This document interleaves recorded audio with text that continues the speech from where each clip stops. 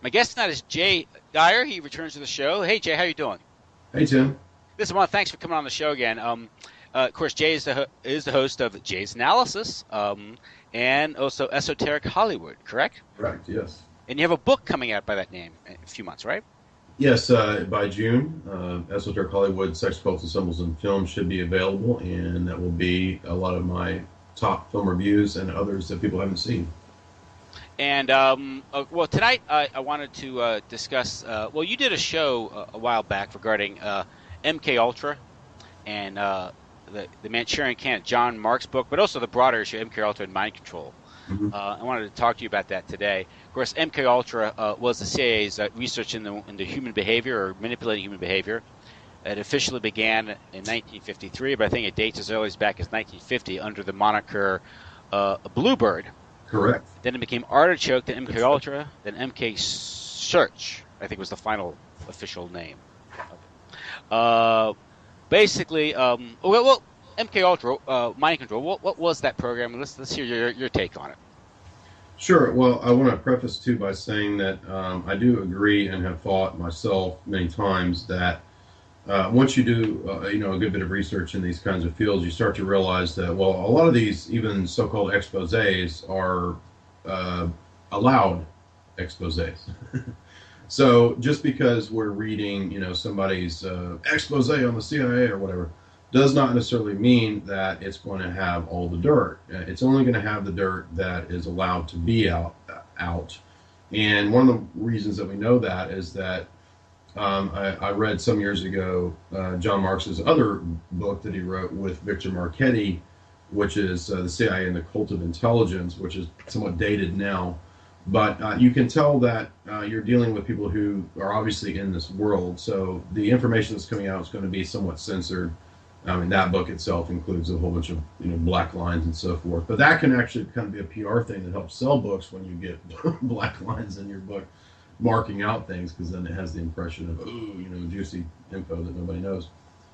But nevertheless, I still think that we can gain quite a bit from these books regardless, even if they're watered down and controlled. They do still tell a pretty good overall picture of what's going on. And so I read Marx's book last summer, and it is worth recapping and looking at. And I did do, yeah, you're right, I did that talk on that people can check out. But so for this, I think we have to go back to the military, and even prior to the military, we have to look at Huxley and his circle and the Tavistock Institute and so forth. So it's kind of Huxley, I think you could argue, that was sort of nascent in getting the generic plan of what would be MK Ultra going.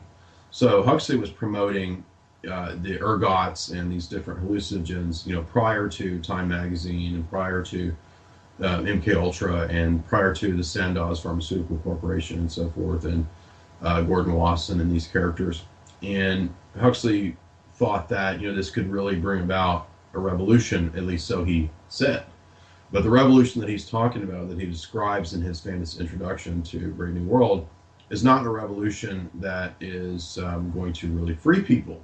This is a revolution, the final revolution of the technocrats. And that is an excellent element that Marx does bring out in his book. So he will talk about the fact that when you get into the 40s, according to Marx, it's into the 40s that the military started thinking what we need to do is figure out a way to make people more docile, malleable, and controllable, even to the point in chapter 3 we have discussions of getting rid of free will. So the military was interested in saying, well, could we create a soldier who actually had no free will? That's important because that's exactly what Bertrand Russell said in his works. He said, in the future, what we're going to need is a society of people that don't have the functioning of free will. In fact, it needs to be stamped out. And with other British intelligence types like George Orwell, Eric Blair, this is exactly what we see O'Brien telling Winston in 1984. He says, I'm here to stamp out your human spirit, to get rid of your free will. I'm going to put my boot on your face forever. So when we look at Impact of Science on Society and these works of Bertrand Russell, that's kind of the premier technocrat that we could find. And that's going to tie into what we're going to talk about later on in the interview with scientism and technocracy. But I want to point out that that's the beginning of the mindset behind the people who would be doing MK Ultra. So that was a great point that not a lot of people talk about, that Marx brings out, and that's relevant because it's not, as you said, about creating these mind control couriers and so forth so much as it is how can this be applied on a mass scale. And it's precisely with these early military tests that they started to realize that, all right, we need a drug that could, initially they wanted a truth serum, right? So they were looking for something that could work to you get the enemy to divulge secrets or whatever. So they tried things like pot and different narcotics, and those didn't work out too well because I guess everybody just got the munchies and was eating Fritos and Fritos. They weren't really telling the government secrets. So the idea was hatched.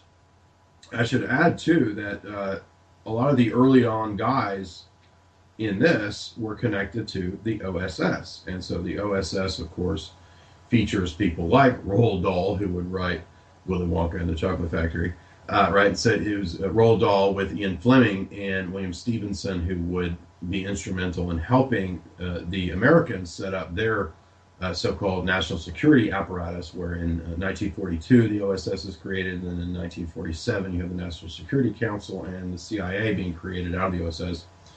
And so it's Bill Donovan, working with all these British PSYOP masters to create this agency that would be involved in these kinds of covert operations, all under the guise, of course, of keeping America free and keeping America safe and extending American foreign policy into countries that were supposedly hostile to the U.S. and our so-called freedoms.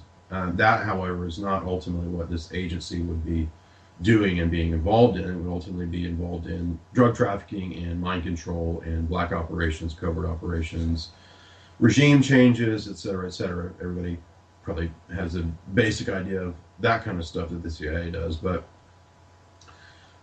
what they started realizing was that these different drugs, like back in the 40s or late 40s and 50s, that they were testing troops on, that you could get all kinds of different effects with these different drugs. And it's a particular character by the name of Gordon Wasson who would begin to figure prominently in this, who also worked with J.P. Morgan and yet had these government ties as well, where he was hatched this plan of, actually, because he was into there's a term for the study of mushrooms that escapes me at the moment, but he was really into mushrooms. So, and he and his wife would take these trips down to Mexico and different countries in Latin America, South America, wherever, and they started realizing that, actually, the techniques of the shamans, and this is what other writers who've written on MK Ultra point out, is that they kind of looked at indigenous religions, and they would kind of do these ethnographies of the indigenous religions, and they say, the shaman seems to have a lot of power through what he can do, and this is where you get people like Carlos Castaneda, working with different universities to kind of do the same thing that was going on, and with the ideas of the Wassons and the Sandoz Pharmaceutical Corporation and so forth. And Jay Stevens' book touches on this as well, Storming Heaven, the story of LSD. And so the CIA, then what they would do is kind of contract, and now the CIA, of course, was early on is quite a few Air Force people, right? So this is where the military element comes into it. So they would contract with different pharmaceutical outfits to produce this new lysosyl diethylamide that was derived from the ergot and these different psilocybin, these mushrooms and so forth. And so they started running these tests on different soldiers, and as you pointed out, this is where we get the transition from Bluebird to Artichoke. And this is going on at places like Fort Detrick and other bases, and they're kind of running these backroom tests on soldiers. And then the idea is hatched to I should point out, by the way, that Josiah Macy of the Macy Foundation was also involved in putting money into this operation. So here you have a direct connect between Sandoz, Macy's, J.P. Gordon Wasson working with J.P. Morgan. Here's the corporate, so-called private sector, hand in hand with the so-called public government sector. It's a public-private partnership. Exactly. So what happened was they started running these tests on these unfortunate soldiers, and then they got the idea, well, why don't we branch out into places like universities? And this is what most people don't know, is that MKUltra is not this secret underground base experiment type thing. It's going on at your local university. It was a lot of university professors, psychologists, and so forth that are really taking part in this, more so than some hooded James Bond type figure, cloak and dagger types. It's more so a university and psychiatric world that is the locus of MKUltra. I think it was some 40 plus universities were involved in this program, and Marx mentions places like, what is it? He says Boston Psychopathic, Mount Sinai Hospital at Columbia University, Carl Pfeiffer, University of Illinois Medical School, Addiction Research Center in Lexington, Kentucky. Louis Jolyon West, one of the prominent doctors, was at the University of Oklahoma, University of Rochester, and so forth and so on. And we have this list of just countless so-called government facilities and mental institutes that are the locus of what would be MKUltra. And what they started realizing was that massive doses of this lysergic diethylamide would create schizophrenia, and you would get disassociation, you would get people in altered states, mind splitting, and so forth. There's a 70s film that's kind of interesting that touches on this, where they're actually doing the experiments, I think, at a university. Is it not Jeff Daniels? Who the movie Altered States? Oh, Altered States, yeah. I know who you talk. I know the actors you're talking. Yeah, that's going on at the university, right? John Hurt. Yeah. There's sensory deprivation tanks, right? So this was going on as well, where they would give soldiers a lot of LSD and then say, hey, stick him in the tank and see what he does, right? Did they ever turn to a caveman? No.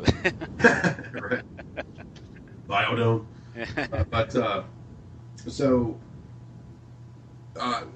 Pretty much, I would say a kind of psychopathic attitude is the main point here on the part of these doctors and psychologists, psychiatrists that are the professor arm of this are extremely psychopathic, and they have no scruples whatsoever about experimenting on human beings. And the main dark figure in this regard would be Dr. Ewen Cameron, who comes out in Marx's book as the most notorious, where they were experimenting on blacks, they were experimenting on soldiers, they were experimenting on people in mental institutes, of people with drug addiction. And so it's under the guise of mental health, which is important because that, of course, plays a big role in, say, Obamacare, right?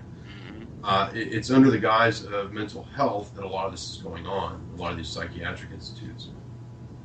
So scopolamine would play into this, which is, of course, the notorious drug that wipes out one's will, although that didn't work out well for the original intention of creating the couriers and so forth. But it's important that MKUltra doesn't just connect with Tavistock and the LSD. It's part of the biowarfare department, right? So originally it was under biowarfare and wet works and that kind of stuff. And they even talked about and discussed aerosol spraying of these things. Now, we've all probably heard about the different declassified programs of the military spraying different cities as part of their biowarfare testing programs. But it's from this milieu from which MKUltra arises as well. So special operations divisions, or early people in the OSS, these are the people who are masterminding this. The ideas, I believe, they got from the British Royal Society and those nefarious cats like Huxley and Russell.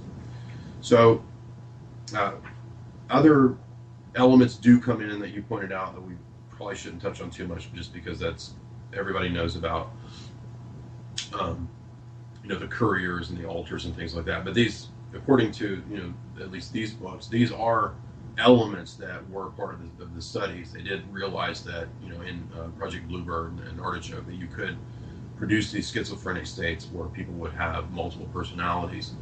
And I've been around druggies, I've been around people in the drug scene before. I've done, in my younger, stupider days, some hallucinogens, and I can completely see how this would be possible, and you could have people emerging with split psyches, and in fact, Marx does even cite Huxley at one point in his book, talking about the splitting of the person's psyche, and this is page 113, where he cites Gordon Wasson, and then at some point in here, maybe we're just talking about Albert Hoffman, these different doctors who were involved in this. At some point, there's a quote from Huxley that touches on split personalities. I think it's page 119.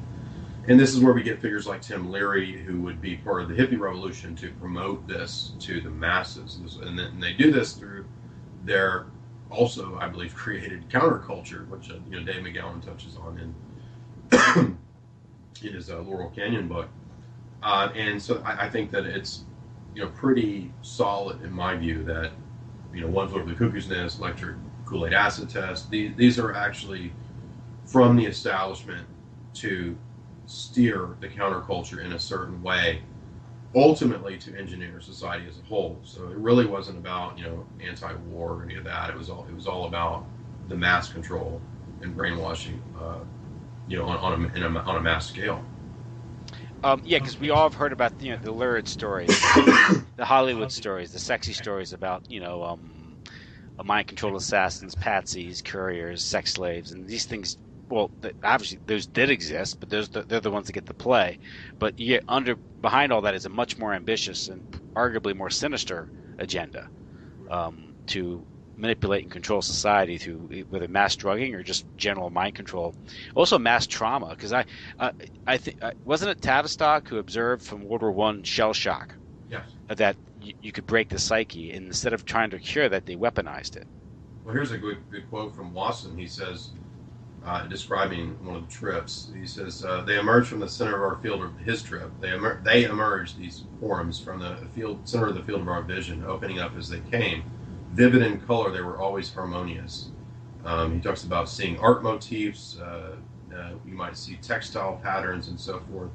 But then he goes on to say that, could the miraculous mobility that I was now enjoying in the explanation for the flying witches that I saw play some important part in the folklore and fairy tales of Northern Europe? In other words, he's kind of hinting that, well, maybe folklore and folk tales come from people doing some sort of illusion. Mm-hmm. These reflections passed through my mind at the very time that I was seeing the vision, for the effect of the mushrooms is to bring about a fission of the spirit and a split in the person's psyche, a kind of schizophrenia, with the rational side continuing to reason and to observe the sensations that the other side of the mind is enjoying.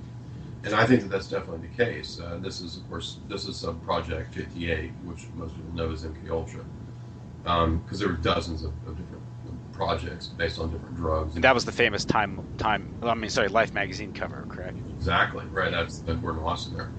And then you have other quotes by, Wasson says it again, the very same thing about seeing other worlds and having his mind split and so forth. And then Marx goes on here to discuss Huxley's book Doors of Perception, which would deal with the same topic. And of course, Doors of Perception is where the Doors get their name. And if you remember, there's actually some interesting scenes in Oliver Stone's presentation of the Doors, where Val Kilmer is playing Jim Morrison. And if you think about that scene where they're out in the desert and they're like bouncing around, tripping, and Jim Morrison's like, I broke on through to the other side, man. Yeah, it's. I remember when I saw that, I was like, "What's going on here?" Well, that is the effect that LSD gives. It gives some people in the drug counterculture will call it solving the world, where you get this sense that, I'm spiritual now, I've transcended things, I've figured things out, I've solved the world, right? So then you come back from that and you kind of get I'm like the enlightened guru now. Mm-hmm. That is the effect that it gives, and I think that is the history of kind of indigenous religions and shamans, using these things, giving them that sense of thinking that they're quasi divine or whatever. And this is what we see in a lot of the cults. A lot of cult leaders, who do drugs, come back with this impression that they're divine, and that's what happens. A lot of people take these drugs and they come back and I'm God. Yeah, right? I think. Right, and so what when you get up into the Ewan Cameron section of the book, and this is the Mount Royal in Montreal, the facility where Ewan Cameron did his work, he took it to the next level of the patterning and the programming, and he said, oh, okay, actually the mind kind of works in this way where it's patterned according to Pavlovian operant conditioning and input response type stuff that we've all learned from childhood and so forth. And Cameron thought that what you could do is actually de-pattern a person and create a vegetable, he says. And the idea here was that you could return to the tabula rasa, blank slate of like John Locke and these different empiricist philosophers, that you could wipe the slate clean and start over, right? And I could see how he would think that, given what you witnessed in different people who've gone through these kind of drug trips and whatnot. There's an interesting series of videos the BBC did. I can't remember, the guy's name was Bruce something, I forget, but it was this show where they sent this guy, a complete idiot, to go and take the initiatory drugs of like a whole bunch of different tribes. This guy was a complete moron. This guy went through the initiation of like 15 different tribes of just like the worst imaginable drugs. I probably drove the guy insane, but assuming that this is real, the BBC didn't stage it all. Yeah. You can watch this guy go through these different rituals and through these different hallucinogens, and you'll see what I'm getting at, right? Because so when he goes through certain ones, he's like, oh, I feel one with everything, right? And so this is also, by the way, where sort of the New Age philosophy will emerge out of the hippie drug culture post 60s and 70s. But it's Cameron who really did the hardcore work on the idea of deprogramming, depatterning people's minds, and then what you would do is come along and repattern it and reprogram it with certain images and symbols and so forth. And I think this is probably where a lot of people get the whole Wizard of Oz and Alice in Wonderland is all for this, because the only thing that I could find directly connecting MK Ultra to like Wizard of Oz and Alice in Wonderland is according to Marx, one of the students one of the test patients that Cameron was working on was this woman. I think she's unnamed, or they call her Lauren or something. But yeah, Lauren. Lauren went through the process that Cameron described as first step was that you go through memory loss, and it's also combined with electroshock, right? So electroshock was kind of in vogue in the 40s and 50s, and even prior to that. And you basically shock everybody you shock these people for 15 to 30 to 60 days while you're giving them LSD, you're torturing them. And first they have memory loss, then they have the loss of space-time relations, and then he says they lose all the anxiety and they become a vegetable. And then he says what you do is you come along with psychic driving, and this is that programming where the mind he thinks is blank, and then you play cassette tapes. This is curious because this is actually what we see in Brave New World, where they have what they call the hypnopedic chants, where everybody who goes to sleep at night after they take their soma listens to these hypnopedic mind programming cassette tapes.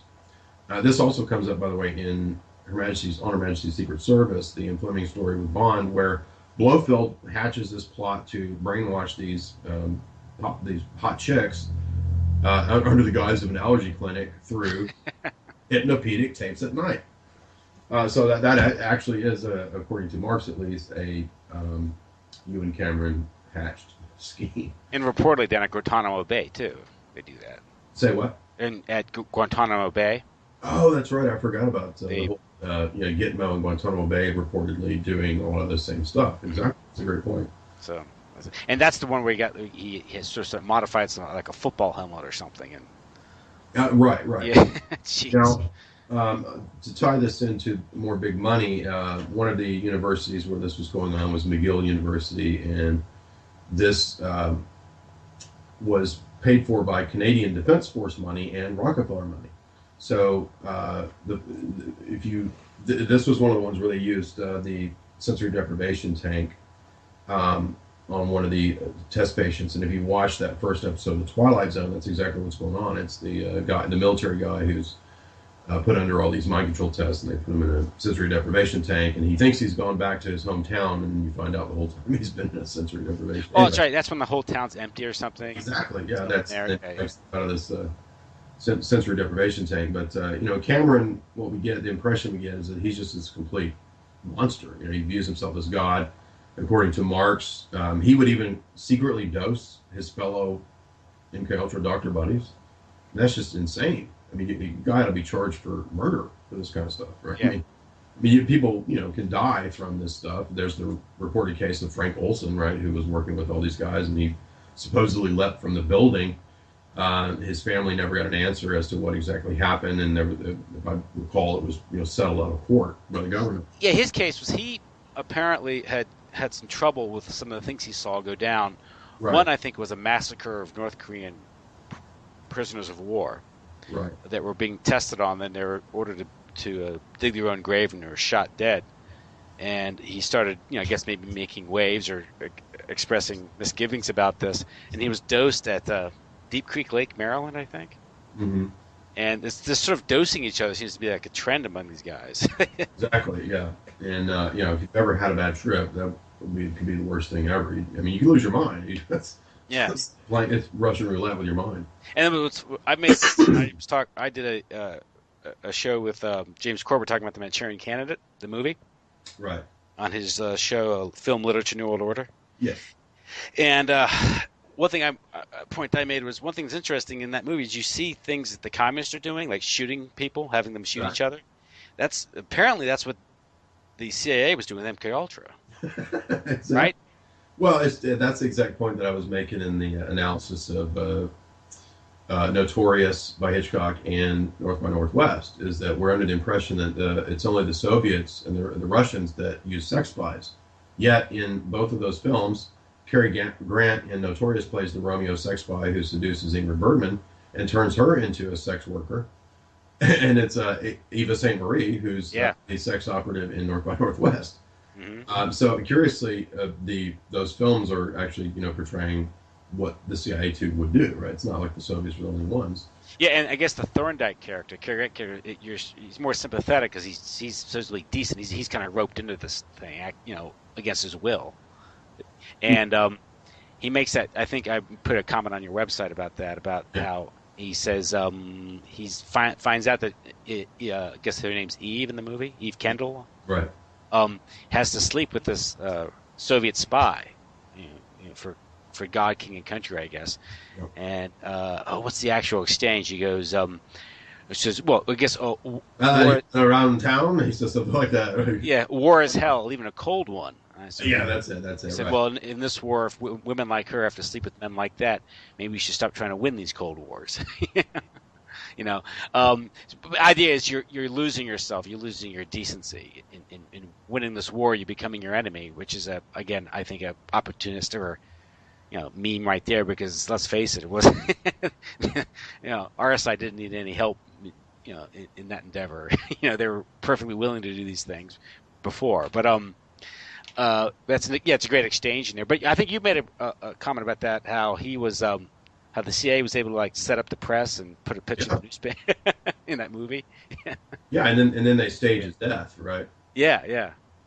But yeah, that's one of those. That's one of my favorite Hitchcock movies. Yeah, me too. I was like Northwest, that and Burger.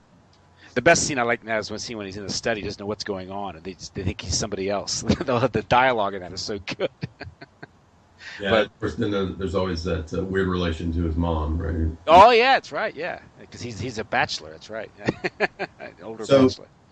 And now I recall you mentioning the rumor of Cary Grant, and yes. What was the source for that? I couldn't remember where you had heard that. Neil Sanders. Okay.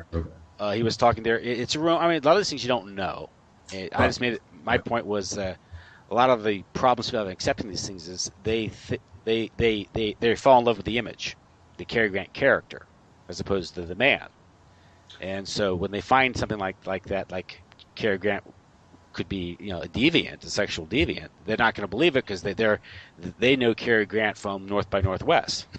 Exactly. Yeah. Yeah, you made that point about Bob Hope, and Yeah. We saw the same thing with Sinatra, to bring this back to, as I understand, Sinatra was doing some spying too because of all of his mob connections. Hmm.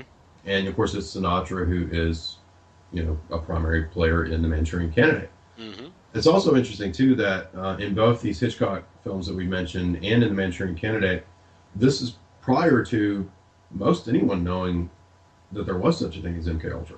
I've Hmm. always found that fascinating. So that's a great, almost golden example of predictive programming, or revelation of the method, whatever you want to call it, because nobody's heard of this program. And I think the Richard Condon novel was 1959, and the movie is 62 or 3 or something. Hmm.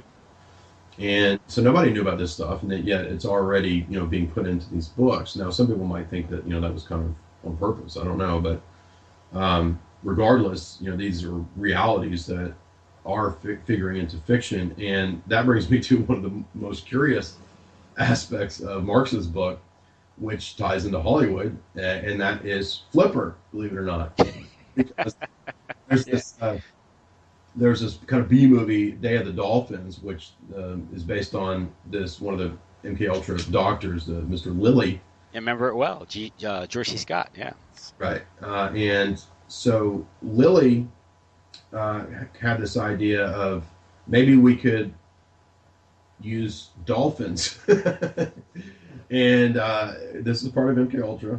And what they wanted to do was to I got to read it because it's too good not to read. A scientist who worked in the CIA Navy program states that some of the dolphins were sent to Vietnam during the 60s and got out of their pens and disappeared, unheard of for being trained dolphin. John Lilly confirms that a group of the marine mammals stationed at Cameron Bay did go AWOL.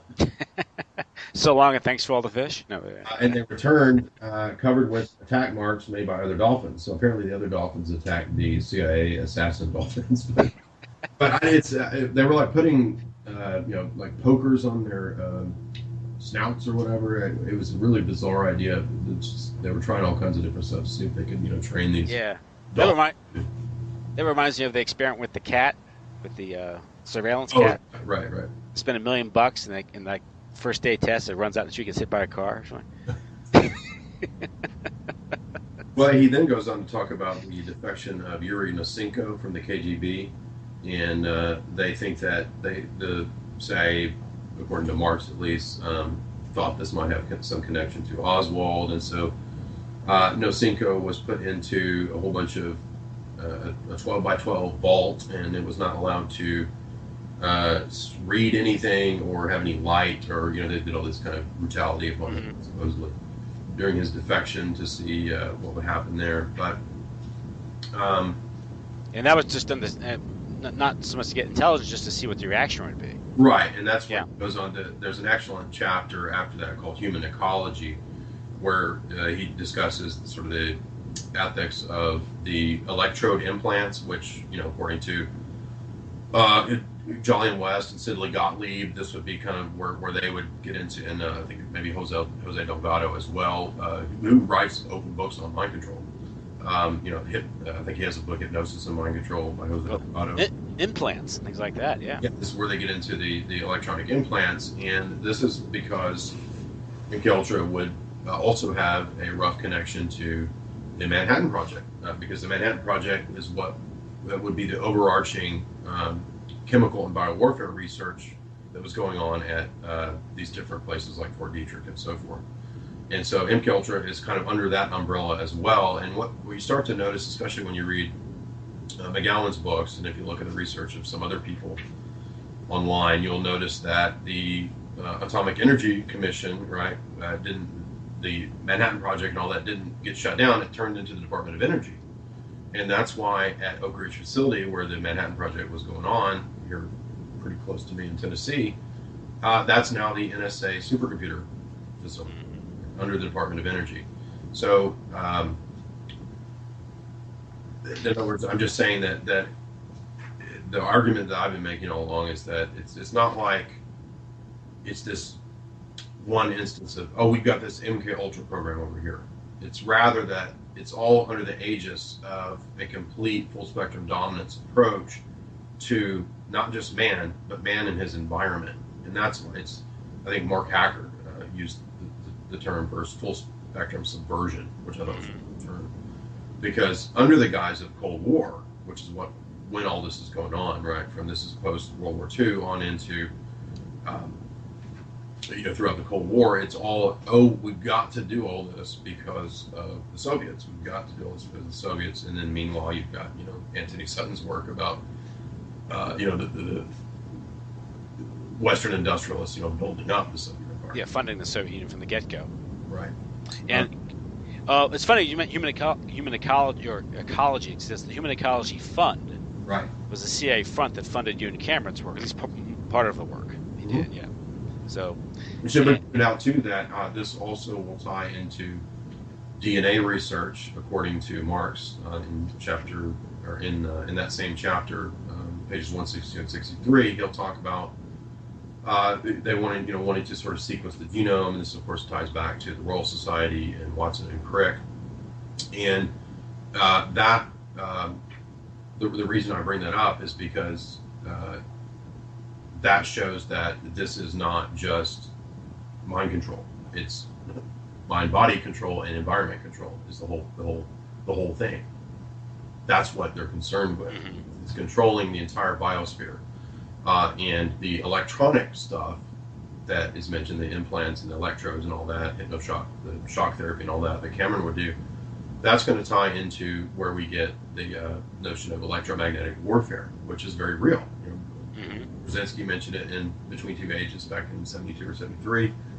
And, we have that famous Michael Aquino PSYOP Psywar document, Mind War Psywar, where at the end, in the footnotes, he says explicitly that a huge part of what will be waged upon populace, right, not enemy combatants, enemy nations, but upon the populace, is electromagnetic warfare. Well, that is part of MK Ultra.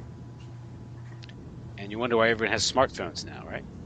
Yes, and that gets to Dr. Schwitzgebel's machine, which if you do some research on Schwitzgebel, you'll find out that was not just a prison experiment, that Ewan Cameron got the idea of using this machine that prisoners would carry around on their ankles or whatever, that would relay information about their heart rate, their locale, and so forth, based on the idea of the Panopticon prison system. But also, that is exactly what the Apple iWatch does, right? So in other words, that's an example of how public-private corporate government takes things from these private military government studies in MKUltra and so forth, and then puts it out there to the masses. And we have the impression that, Sony is competing with Apple. And then they release it's like the exact same phone, right? I mean, like the operating system of Apple might be a little bit different from like a Sony, but and there might be there's a level of competition, but the hardware and the software is all coming out of the same military-industrial complex, and it's the same military-industrial complex who's doing Manhattan Project, who's involved in biowarfare research, who's doing DLSD, social engineering. You want to get into mind control and just mind screwing. I've read. Are you familiar with Miles Mathis? I am. Did you read his article on Stephen Jobs? No, I've read about 4 or 5 of them, and some of his stuff I think is a little just. Yeah, but I don't necessarily. But there's also insights there, yeah. It's food for thought. A lot of all of what we do is food for thought. I'm sorry, not like I can get a FOIA request or subpoena the documents to prove this stuff. That's not even get the FOIA request. I mean, but operating on the principle that the government's going to be honest. Right? Yeah, but some of I know he also wrote one of Fidel Castro that you might find interesting. Is interesting, but lifetime actor. I pointed out that Castro's an actor. Yeah, and he has an IMDb page where he starred. I pointed that out many times. He was an extra in some films in the 40s.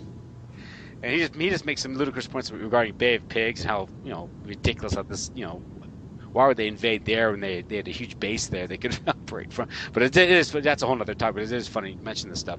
But when you mentioned something like the Manhattan Project, and of course it's retailed to the public as so this crash program to develop an atomic bomb to beat out the Nazis, so you can win World War II. Of course, it's much more than that. And there was a program, and you mentioned the Atomic Energy Commission, or the Department of Energy now. that became the Manhattan Project. But it's now known that under the Atomic Energy Commission did experiment on not only soldiers, Yeah, with British. but the general population. Yes. I think it was called Operation Green Run. They actually released radioactive iodine 131 was released over from the Hanford nuclear facility on purpose and sent over Spokane, Washington. And this is just to see what the effects would be. Well, and this is because, and I think this is probably accurate. I mean, Marx argues in the close of the book that MK Search is what would take over for MK Ultra. So when there's investigations into it, right, and the government says, "Oh yeah, okay, you caught us. We'll stop now." They just move it to a different place and rename it. And this is where it comes under the rubric of chemical and biological warfare, and that's the argument that Marx makes. And he says that the chemical services that were offered were.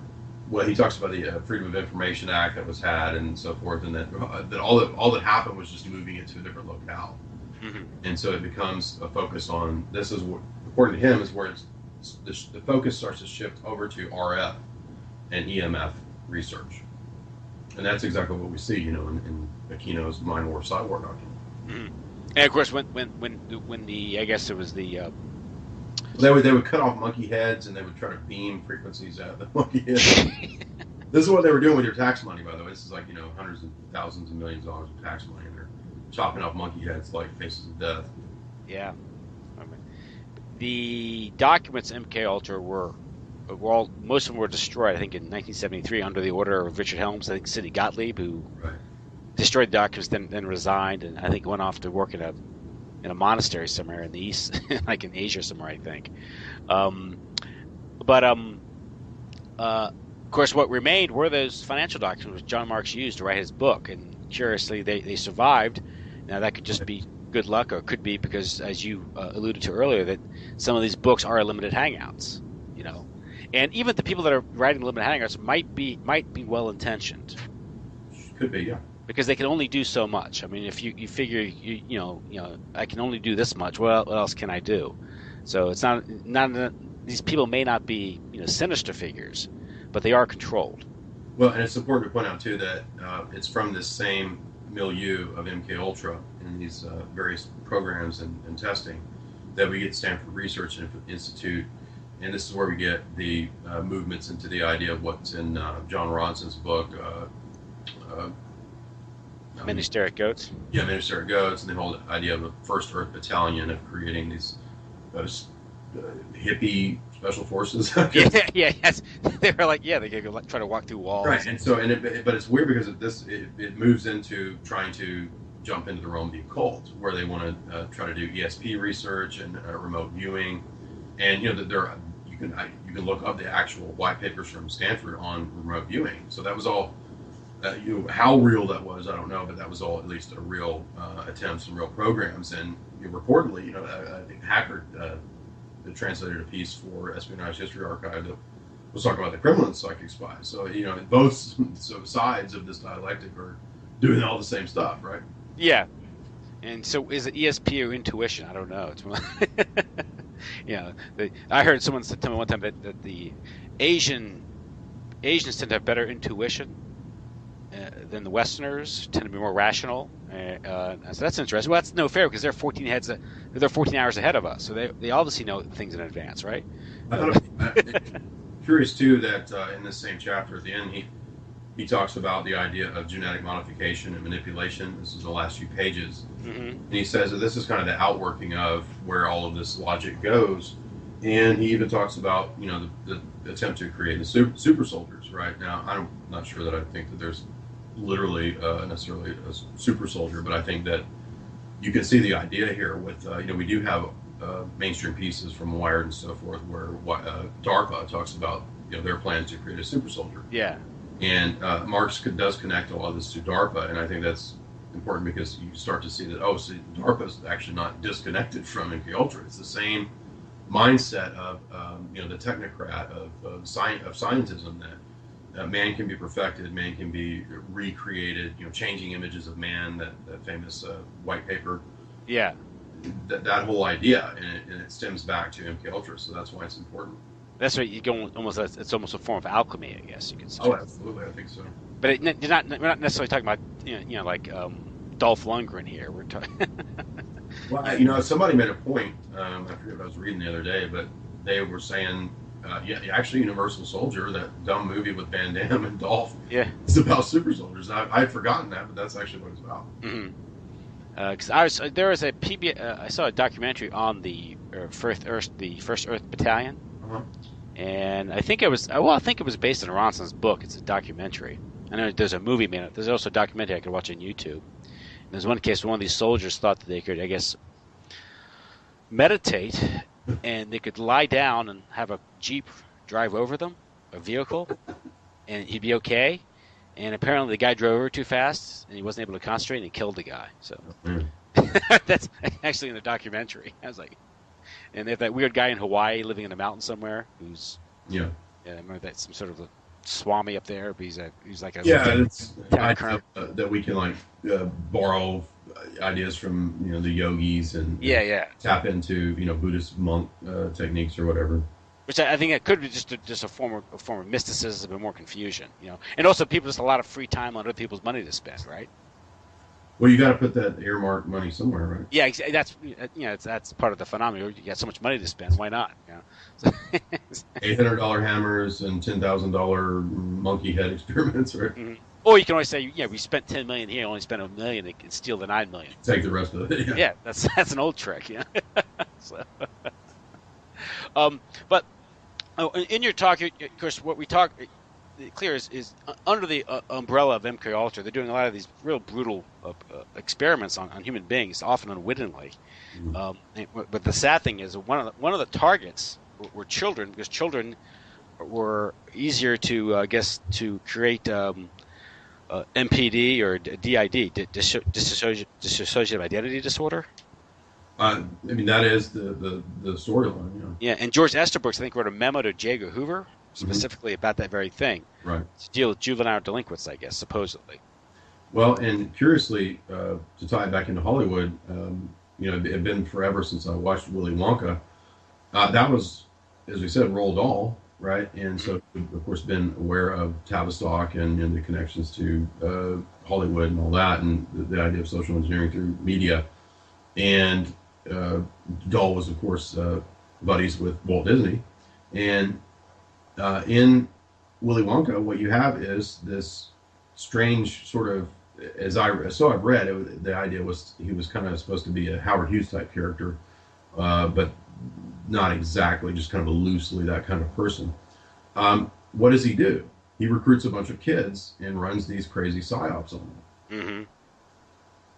Well, yeah. And of course, the story. No qualms about killing them either. That's right. It was just you're watching, you're just laughing at it as you're watching it, because it's in the context of a sort of a kid's story or a fairy tale. Yeah, and same with like Chitty Chitty Bang Bang, right? Exactly. Yeah. Fleming's kid story, exactly. And you always should make the same case regarding Wizard of Oz. Of course, that predate, and that's the story itself. I think, but it was the way it's adapted. But there's all types of imagery in that too, as well. And that's directly out of Theosophy, right? Yeah. And was it Frank Baum? I think wrote that. Right. Yeah.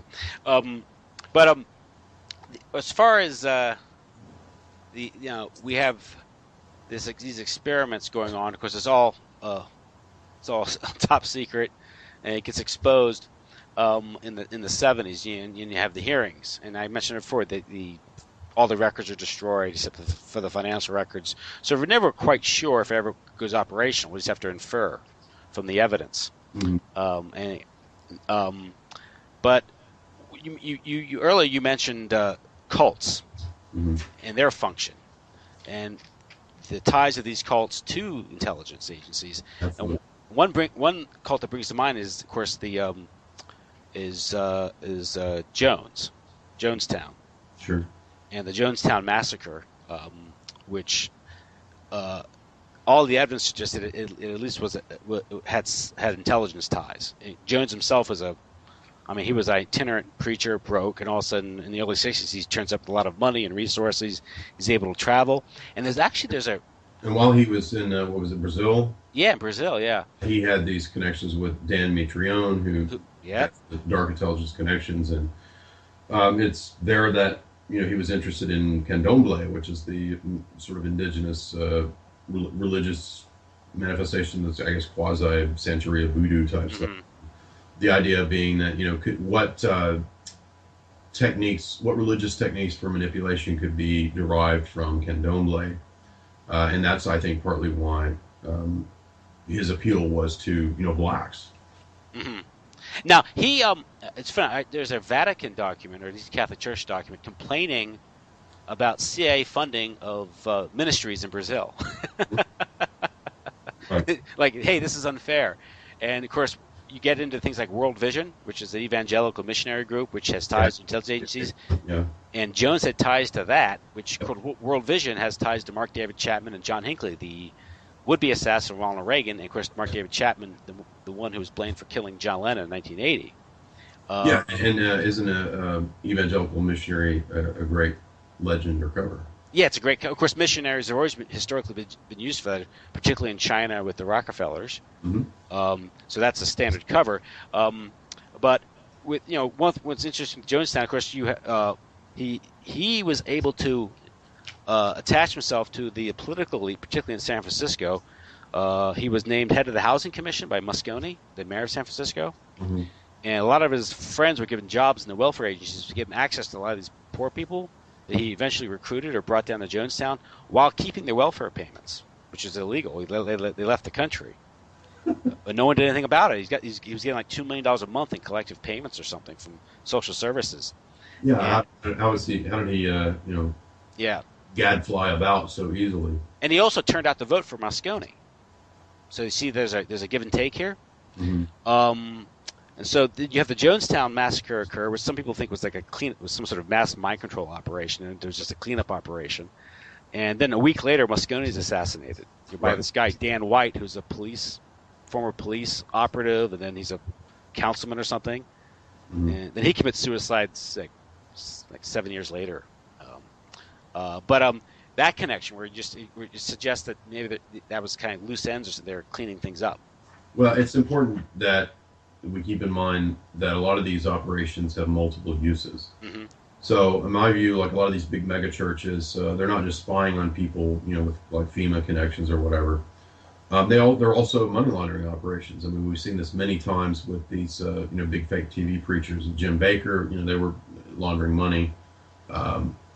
Jimmy Swaggart, did he just have a sex scandal, or was he involved? Anyway, I've seen articles at least alleging that Paul and Jan Crouch of TVN, that Paul Crouch had some kind of mafia connection, was laundering money, and the FBI was investigating him. Mm-hmm. We've seen this many times. And I'm just making the point that it's not just like a mind control spy type thing. It can also be just a criminal operation. The drug running, hit squad, wet works, drug running, yeah. And these groups exist because you can keep them at arm's length, and if something goes wrong, there's plausible deniability, like it's a crazy cult. Absolutely. And of course, some of them actually do have like a mind control connection, and I would think things like Scientology or the Raelian type groups would have that kind of MO, and we could look at even the so-called investigative groups like NICAP and MUFON, which I think are also CIA run. This is kind of where we get to the broader definition of mind control. Mm-hmm. How kind of MK Ultra mind control, this stuff is outside sort of this operative black ops stuff. It gets into this mass mind control manipulation of the news, or even reality itself, and that's where you get into your forte, which is Hollywood. Well, and I should mention too that a lot of you brought it up in a recent talk, maybe the interview that was done with you, and it's something I've talked about some, and that's the co-opting of the so-called conservative movement. Back in the '80s with Falwell, Moral Majority, and oh yeah. Don't the Collins brothers get into that? Yeah. Yeah. And you can find a lot of the sort of so-called right-wing CIA running a lot of that, back in the 80s, and bringing the Reaganites into this, like I said, the Moral Majority. And so you'll find the CIA, at Bob Jones University and places like that too. Oh, that's like with I was reading Trento's book, Yes, I have. Yeah, I have that book. and Prelude to Terror, Yeah. and you realize a lot of these big conservative fundraisers have these intelligence ties, and that's how they, you realize how did they get so rich, Exactly.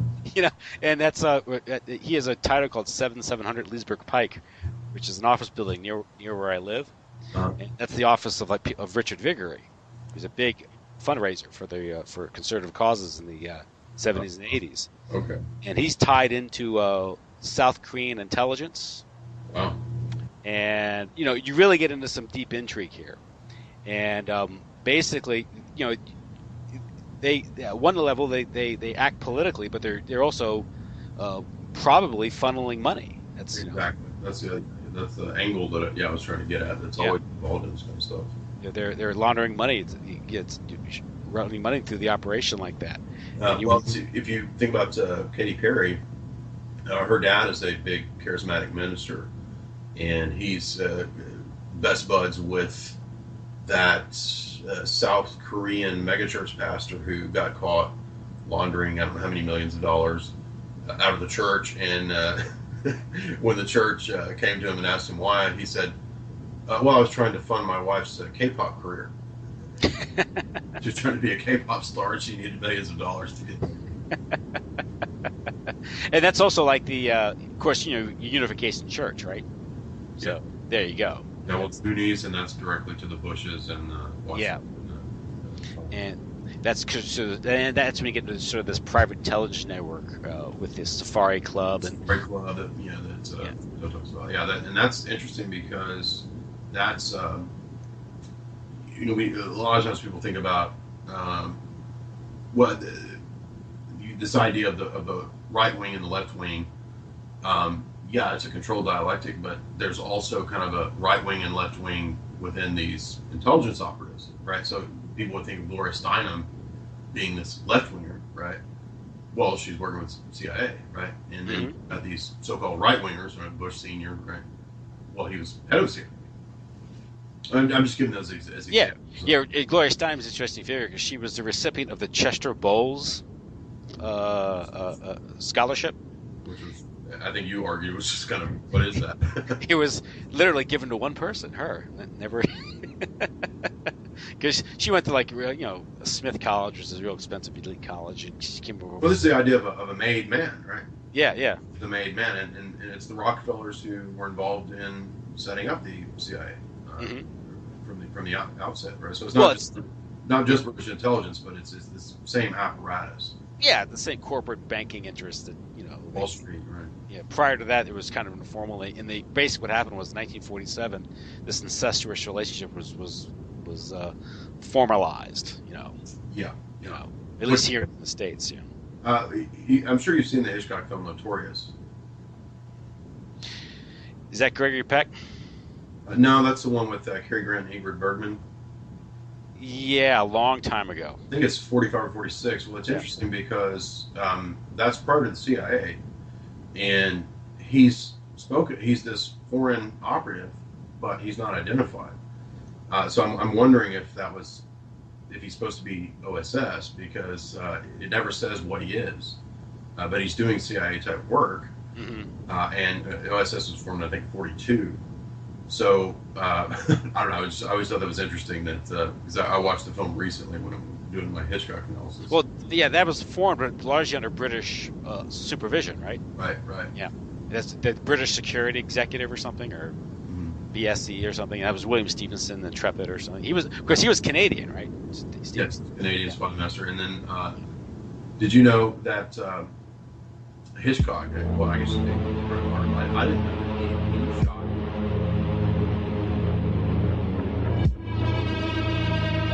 This is Ozzy Skateboard, and you're listening to UCY.com.